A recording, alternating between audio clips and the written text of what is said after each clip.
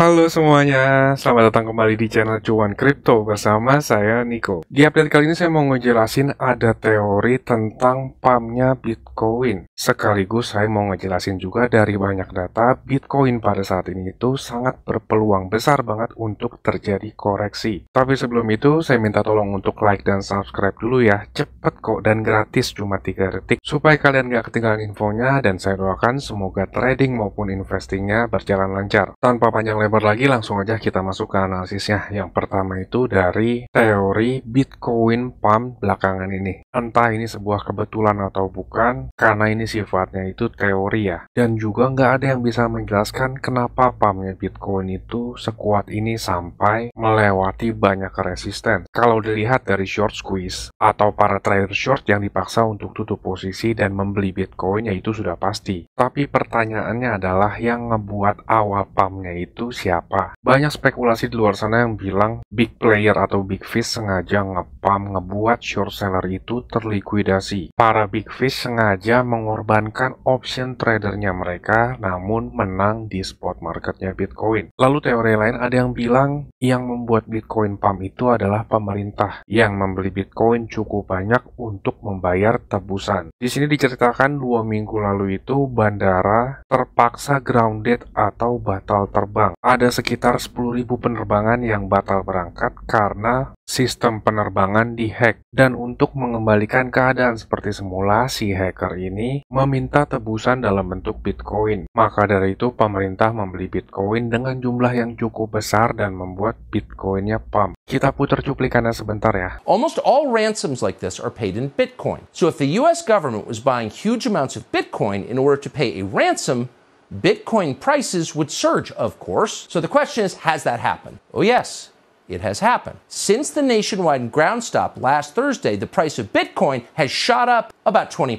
Is that a coincidence? We asked Pete Buttigieg to come on the show tonight to let us know. Unfortunately, he did not respond to our request, so we'll keep asking. Jadi seperti itu ya, bisa jadi teori ini benar dan bisa juga salah. Karena saat Fox News meminta keterangan dari pihak White House, mereka itu mengabaikannya. Jadi ya bisa aja ini sebuah kebetulan atau malah kenyataan, apalagi di last Bitcoin option contract yang expire itu ada banyak sekali Bitcoin bulls yang untung besar. Ini bisa membuat bandar kalah banyak loh. Tapi itu tergantung dari penyedia jasa option. Apakah selisih dari kontrak yang dieksekusi ini itu dimakan sendiri sama bandarnya atau dilempar lagi ke pihak ketiga. Jadi penyedia jasa option itu hanya menerima sedikit komisi. Kalau kita ngeliat secara data juga, pumpnya Bitcoin yang besar ini agak sedikit janggal. Banyak trader yang loss dari posisi short. Retail itu kebanyakan uangnya hilang karena terlikuidasi. Bisa jadi juga lossnya para retail di exchange futures itu merupakan keuntungan para bandar besar. Kalau kita ngeliat di sini hampir 500 juta dolar posisi short yang terlikuidasi, tapi kontrak yang tereksekusi menang di option trading itu 220 juta. Artinya lebih dari 2 kali lipat lossnya para retail dibanding keuntungan para option trading dengan posisi call atau bull. Bisa saja mereka yang memainkan dan memanipulasi harga, kita kan nggak tahu tempat banyak orang akan terstop loss maupun terlikuidasi. Yang punya datanya hanya exchange. Banyak juga yang berspekulasi pihak-pihak exchange-nya itu adalah bandarnya. Who knows ya? Lalu di tanggal 27 Januari nanti itu ada Bitcoin options yang akan expire juga. Di sini max pen price-nya itu 19.000 dolar dengan porsi call 33.000 kontrak dan put 28.000 kontrak. Jadi saat tanggal 27 Januari nanti ketika harga Bitcoin di atas 19.000 dolar ada 33.000 kontrak yang punya hak untuk membeli Bitcoin di harga 19.000 dan ada 28.000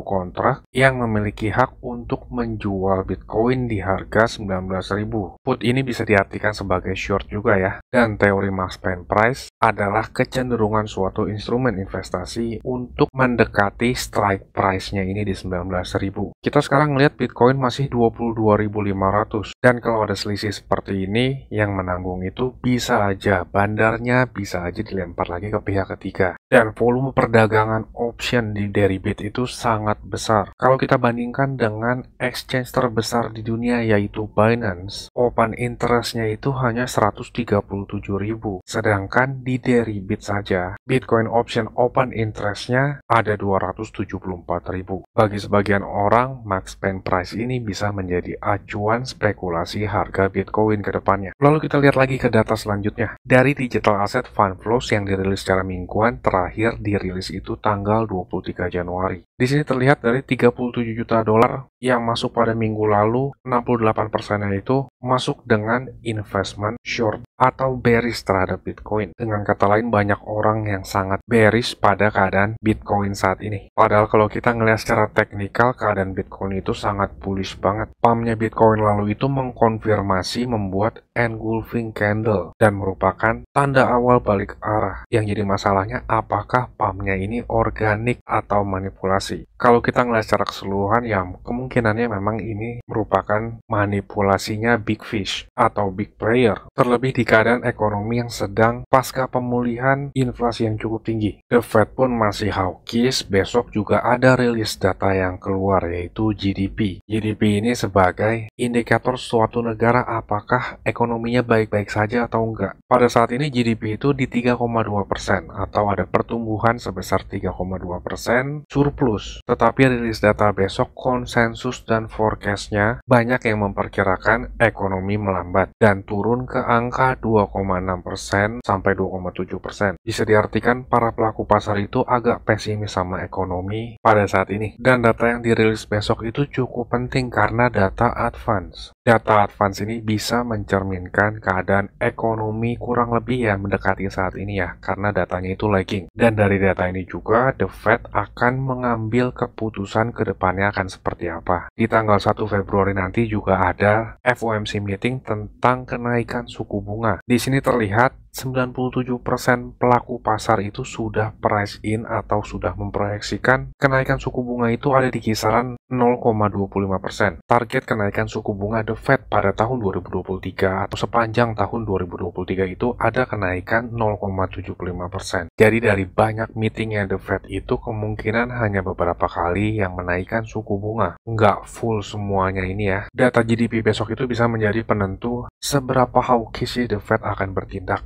Apalagi banyak pelaku pasar itu yang agak pesimis tentang ekonomi sekarang. Rata-rata dari semua data yang kita bahas tadi itu masih agak bearish ya. Sekarang kita masuk ke teknikal deh untuk melihat seberapa jauh sih potensi kenaikan maupun penurunan terhadap Bitcoin. Pertama kita ngeliat dari weekly time frame. Di weekly time frame ini Bitcoin udah breakout dari tren turunnya selama ini. Bisa diartikan breakout-nya tren ini itu merupakan tanda Bitcoin akan kembali lagi bullish, dan bagi sebagian orang bisa diartikan sebagai penentu Bitcoin akan masuk ke fase bull market. Di sini kita ngeliat sekarang kita mulai ngeliat ada candle merah. Yang perlu jadi pertimbangan di sini adalah breakout-nya itu terjadi saat weekend, dan seperti yang kita tahu weekend itu kebanyakan yang trading hanya retail. Institusi saat weekend itu tutup ya atau libur. Kalau kita ngeliat chart Bitcoin yang ditradingkan di institusi, Bitcoin closing minggu kemarin itu pas banget menyentuh resistance di 22.390. Jadi penutupan weekly candle pada minggu ini cukup penting ya teman-teman. Itu bisa mengkonfirmasi pergerakan harga Bitcoin ke depannya. Sekarang Bitcoin mulai ada koreksi turun ke 22.400. Sebelumnya saya sharing juga ke teman-teman di grup member Cuan Kripto. Saya ada masuk posisi sell atau short Bitcoin di 23 ribuan. Sekarang lagi running profit 60%-an lebih. Ada beberapa teman-teman member yang ikut masuk short juga. Buat teman-teman di sini yang nggak mau ketinggalan update dan saya sharing kapan saya masuk market itu ada di grup member Cuan Kripto ya. Bagi yang mau join grup nanti di akhir video dijelaskan. Kemarin saya sharing juga ke teman-teman grup member tentang possibility yang mungkin akan terjadi di Bitcoin dan kita udah siap dengan apapun yang market kasih ke kita. Saya ngasih coret-coretan penjelasan cukup lengkap dan detail khusus untuk teman-teman grup member Cuan Kripto. Di situ saya menjelaskan kita memang punya possibility ngelihat Bitcoin di push lagi sampai ke 25.200. Walaupun memang kecil kemungkinannya, tapi kita kan nggak bisa mengabaikan possibility yang mungkin terjadi. Bitcoin memang bisa nge-push lagi sampai ke 25.000, tapi faktor yang mendukung hal itu adalah dari stock market Amerika Serikat, yaitu S&P 500. Seperti yang kita tahu, harga Bitcoin itu sangat terkorelasi erat sama stock market Amerika Serikat. meningkat. Di sini kita mulai ngelihat saat pembukaan market nih, saat saya update kan baru masuk jamnya sesi New York. Kemarin itu S&P closing pas banget di area resistance trendline. Sebenarnya saya pengen ngelihat follow through atau lanjutan apakah S&P ini bisa breakout. Jika bisa breakout, kita bisa ngevisit 4100-an dan itu otomatis akan ngebawa Bitcoin pump juga ke 25.200. Dan jika Bitcoin pump, alternatif koin lainnya itu akan ngikutan nyusul. Sayangnya sekarang kita udah mulai ngelihat ada koreksi ya. Dari segi total market cap keseluruhan itu kita dapat rejection lagi dari 1 triliun. Update terakhir saya juga ngejelasin 1 triliun itu tempat yang sangat penting banget sebagai psychological level jika terjadi breakout. Level ini udah berkali-kali dites dan menjadi support maupun resistance, tapi sayangnya kemarin itu ada rejection lagi. Padahal kita hampir aja ya dikit lagi itu keluar dari fase bear market. Karena Bitcoin saat trend lainnya di breakout dari yang sebelumnya trend turun, otomatis itu akan membuat trend baru dong. Tapi yang namanya trading atau investing ya nggak ada kepastian ya. Kalau udah kepastian sih nggak akan ada orang yang kerja lagi. Semua itu akan masuk ke money market baik itu trading maupun investing. Fake out itu sering banget kejadian ya. Apalagi di sini kita masih ngeliat nih Bitcoin belum membuat higher low-nya. Mungkin teman-teman di sini kan sering ngalamin tuh dan pasti pernah ngalamin masuk ke koin yang pumpnya lagi tinggi banget tiba-tiba didam lagi. Itu berlaku bagi seluruh instrumen investasi ya. Jadi saat kita ngelihat ada kenaikan atau penurunan yang cukup impulsif, kita juga bisa ngelihat tuh koreksi yang akan impulsif. Karena market itu bergerak secara struktur. Di sini baru membentuk higher high, masih belum kelihatan membentuk higher low. Saat membentuk higher low nanti, baru deh kita cari peluang untuk masuk market. Secara long term saya bullish banget sama Bitcoin. Hanya saja dalam short term, kemungkinan besarnya dari data-data yang kita bahas tadi, kita akan ngelihat koreksi. Nggak ada satu orang pun yang tahu koreksinya akan sedalam apa. Tapi sebagai trader kita punya visi untuk ngelihat area mana sih yang akan bisa memantulkan harganya. Sebelumnya 21.500 sampai 21.600 merupakan resistance besar. Ini memang berpotensial untuk memantulkan Bitcoin. Tapi dalam catatan jika pumpnya ini organik. Seperti yang kita bahas tadi, kemungkinannya bukan organik ya. Jadi kita akan ngelirik di mana sih spot lainnya yang terdapat big support. Di 20.300 terdapat supportnya. Lalu di bawahnya lagi secara psikologikal juga ada, yaitu 19.500 sampai 20.000. Tiga tempat ini yang diharapkan untuk menopang dropnya Bitcoin. Tapi kalau 19.500 sampai 20.000 aja nggak kuat ya, kita akan expect ngelihat Bitcoin di kisaran 18.500 lagi. Tempat ini itu merupakan support terbesarnya Bitcoin pada saat ini ya. Jadi kurang lebih seperti itu. Kalau teman-teman berminat untuk mendapatkan cuan apapun keadaan marketnya, teman-teman bisa join grup bersama kita ya. Di update terakhir itu saya ngejelasin tentang apapun yang market kasih kita bisa dapat untung. Ini grup berbayar tapi murah banget. Nggak sebanding deh sama aset teman-teman dan ilmu yang didapat. Sebagai perbandingan aja ya, lebih murah teman-teman join ke grup kita dibanding beli air mineral botolan per harinya. Murah banget kan?